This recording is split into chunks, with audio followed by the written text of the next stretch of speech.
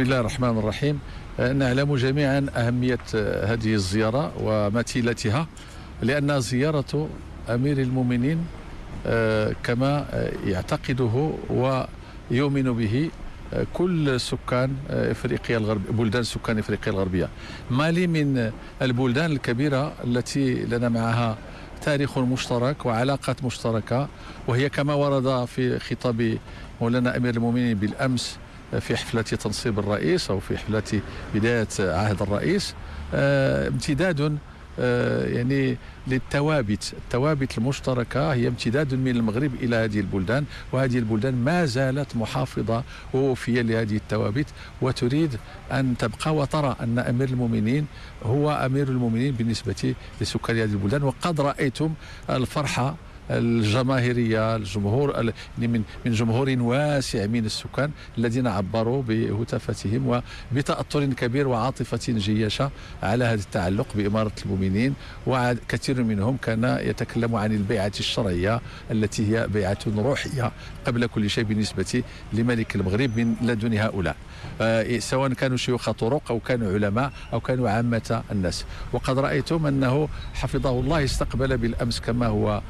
كما هي العادة عددا من شيوخ الطرق الصوفية التيجانية بفروعها والقادرية بفروعها، وأن هذه الطرق قد عبرت عن فرحتها بهذه الزيارة وبمغزاها العميق الروحي الذي لا يتوقف عند مسألة زيارة رئيس دولة لدولة أخرى، بل زيارة لإمام لأمة تعتقد فيه وفي بركته وفي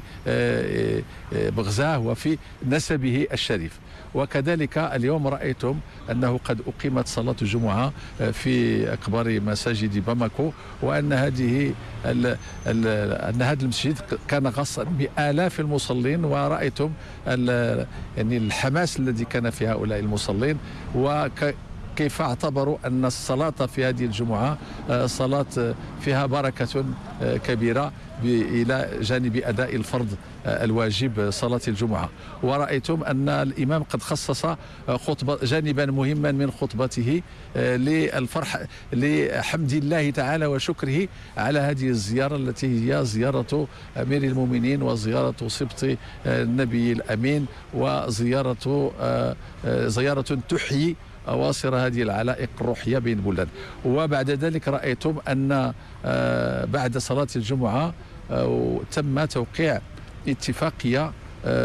بمقتضاها ستتولى المملكة المغربية بتعليمات من أمير المؤمنين عزه الله تكوين وبطلب من الطرف المالي تكوين 500 إمام على 5 أفواج، ومدة التكوين 2 لكل فوج. وأن هذا تكوين الأئمة معناه يعني العميق والاشتراك في الثوابت وإرادة يعني إحياء ما يكون قد تلاشى أو اندثر من هذه الثوابت في كل بلد، فهم ينظرون ما يجري في المملكة المغربية من الحفاظ على هذه الثوابت، لأن أمير المؤمنين هو حامي الملة والدين، ويتمنون لأسباب عديدة عقدية ودينية وتربوية وسياسية أمنية اليوم، لأن هذه الأمم كما ورد في الخطاب السامي لأمير المؤمنين عزه الله بالأمس، لا أحد يمكن الآن أن يتجاهل في قضية النمو ولا في قضية الأمن ولا في قضية بناء المستقبل هذا البعد الروحي الذي ينبغي أن يرمم وينبغي أن يحافظ عليه ويسير على يعني نهج مستقيم. هذا هو ما تستجيب إليه هذه الاتفاقية التي إن شاء الله التي لا شك أنها ستتلوها أمور أخرى فيما يتعلق بدعم المغرب لهذه البلدان ولا سيما في هذا البعد الروحي.